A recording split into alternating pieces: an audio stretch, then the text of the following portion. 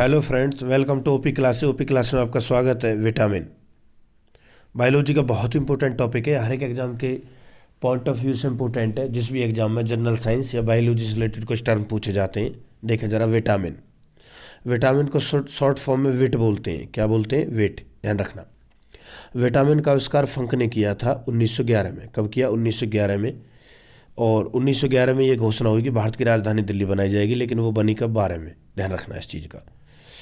और 1911 में ही, ध्यान रखना आप, दक्षिणी ध्रुव की खोज की थी आर अमंडसेन ने। ध्यान रखना 1911 में ही।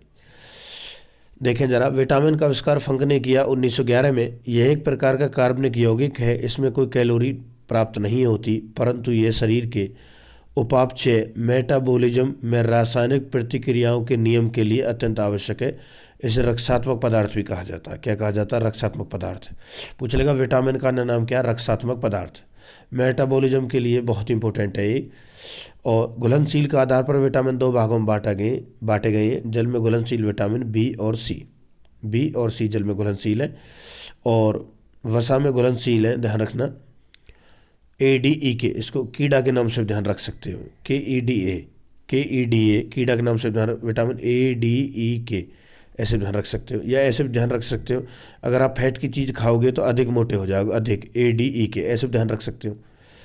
ठीक है, अब इनके बारे में देख लेते हैं जरा।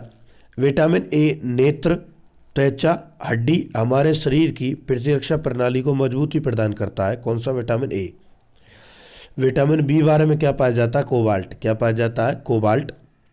विटामिनों का संश्लेषण हमारे शरीर की कोशिकाओं द्वारा नहीं हो सकता। इसकी पूर्ति विटामिन युक्त भोजन से होती है। तथापि विटामिन डी और के का संश्लेषण हमारे शरीर में होता है। जैसे जब जब हमारा शरीर धूप के उसमें आएगा, संपर्क में, तो हमारे शरीर के अंदर कौन सा विटामिन बनने लगेगा? डी। ध्यान रखें आप। विटामिन डी का संश्लेषण सूर्य के प्रकाश से उपस्थित पराबैंगनी किरणों द्वारा त्वचा से कोलेस्ट्रॉल एगेस्टिरॉल द्वारा होता है। विटामिन के जीवाणु द्वारा हमारे शरीर के कोलन में संश्लेषित होता है। वहाँ से उसका अवशोषण हो जाता है। किसका? विटामिन के का। अब देखें जरा, कुछ विटामिन है और उनके रासायनिक नाम, उनकी कमी से होने वाली बीमारियाँ। विटामिन ए का रासायनिक नाम है रेटिनॉल। क्या है? रेटिनॉल। विटामिन ए की कमी से रतौंधी, संक्रमण का खतरा और जीरोपैथेलमिया रोग होता है। ध्यान रखना, जीरोपैथेलमिया, संक्रमण का खतरा, रतौंधी नामक रोग होता है। इसका रासायनिक नाम है रेटिनॉल। B1 का रासायनिक नाम है थायमीन। विटामिन बी को बी कॉम्प्लेक्स विटामिन भी कहा जाता है। B1 का थायमीन, इसकी कमी से बेरी रोग होता है। B2 का रासायनिक नाम है राइबोफ्लेविन। इससे त्वचा फट जाती है, आँख लाल हो जाती है और जीभ फट जाती है हमारी। ध्यान रखना। B3 का रासायनिक नाम है निकोटिनेमाइड या नियासिन। दोनों में से कोई भी नाम आ सकता है।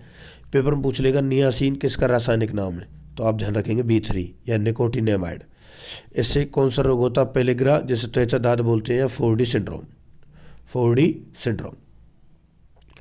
B5 का रासायनिक नाम है पेंटोथेनिक अम्ल। इससे बाल सफ़ेद होना, मंदबुद्धि होना। जैसे किसी की दिमाग की कैचिंग पावर कम होती है, इसका कारण है B5। बाल सफ़ेद होना टाइम से पहले, जैसे जवानी में बाल सफ़ेद हो जाते हैं। विटामिन, देखो बाल दो तरह सफ़ेद होते हैं, या तो जेनेटिक है, पापा के जल्दी हो गए थे तो बच्चों के भी होंगे, या मम्मी के जल्दी हो गए थे। दूसरा विटामिन B5 की कमी से। B6 का रासायनिक नाम है पायरिडॉक्सिन। क्या? पायरिडॉक्सिन। इसकी कमी से रोग होता है एनीमिया और त्वचा रोग। B7 की कमी से रोग होता है बायोटीन। कौन सा होता है? बायोटीन। लकवा, शरीर में दर्द और बालों का गिरना। लकवा, शरीर में दर्द या बालों का गिरना। B11 का रासायनिक नाम है फोलिक अम्ल। क्या है? फोलिक अम्ल। एनीमिया या पैचिस रोग किसके कारण होता है? B11 विटामिन कमी के कारण। विटामिन B12 का रासायनिक नाम है साइनोकाबालामिन। B12 में कोबाल्ट होता है। अभी पहले पढ़ाया था, अभी थोड़ी देर पहले। क्या होता है? कोबाल्ट। ध्यान रखेंगे इस चीज़ का आप। B12 कमी से एनीमिया, पांडु रोग। अब देखो, एनीमिया B6 की कमी से होता है, B11 कमी से होता है, B12 कमी से होता है, और पांडु रोग ये भी B12 कमी से। विटामिन सी, देखो हमें खट्टे फलों से मिलता है ज़्यादा, और इसका सबसे अच्छा स्रोत है आंवला, नींबू, संतरा, जो भी खट्टी चीज़ें, अगर हम खट्टी चीज़ें नहीं खाएंगे तो मसूड़े का फूलना और सिकर भी रोग हो जाएगा। और कई बार देखा लड़ाई के दौरान मसूड़े में जैसे हाथ लग जाए या धक्का लग जाए तो ब्लड वगैरह निकलता है, तो उसमें विटामिन सी की कमी से। वैसे तो विटामिन सी हमारे लीवर में भी संचित रहता है, यकृत में भी। कभी जैसे हम बहुत दिनों तक कुछ विटामिन सी की चीज़ें नहीं खाते हैं तो लीवर से अपना काम चला लेती है बॉडी हमारी। विटामिन डी का रासायनिक नाम है कैल्सीफेरॉल। विटामिन डी की कमी से बच्चों में रिकेट्स नाम की बीमारी होती है। कौन सी बीमारी होती है? रिकेट्स नाम की। और वयस्क में होती है ऑस्टिमलेशिया। ऑस्टिमलेशिया कौन सी बीमारी है? ऑस्टिमलेशिया। विटामिन ई का रासायनिक नाम है टोकोफेरॉल। जनन शक्ति का कम होना, बांझपन होना, जनन शक्ति का कम होना या बांधेपन भी आ जाता है, ध्यान रखना। तो विटामिन ई की कमी से होता है।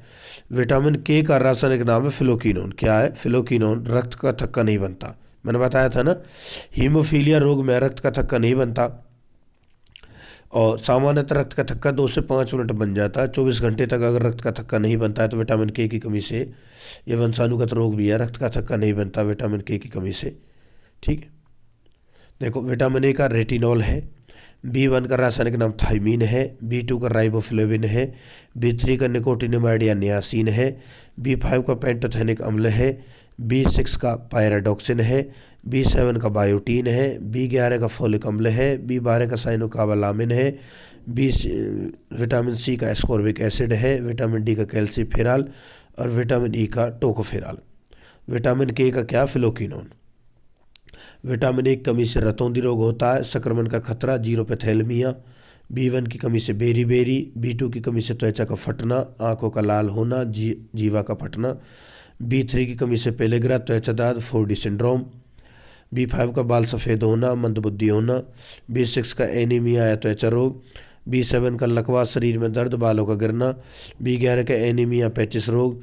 B12 का एनीमिया पांडु रोग। विटामिन सी का सिकर भी, मसूड़े का फूलना। विटामिन डी का रिकेट्स बच्चों में और बड़ों में ऑस्टिमलेशिया। विटामिन ई का जनन शक्ति का कम होना। विटामिन के का रक्त का थक्का नहीं जमना। वीडियो कैसी लगी कमेंट करके बताएं। आप सबके लिए इतना ही कहना चाहूँगा, थैंक्स वीडियो पूरी देखने के लिए, और इसे ज़्यादा से ज़्यादा सब्सक्राइब करें और शेयर भी करें। Thank you.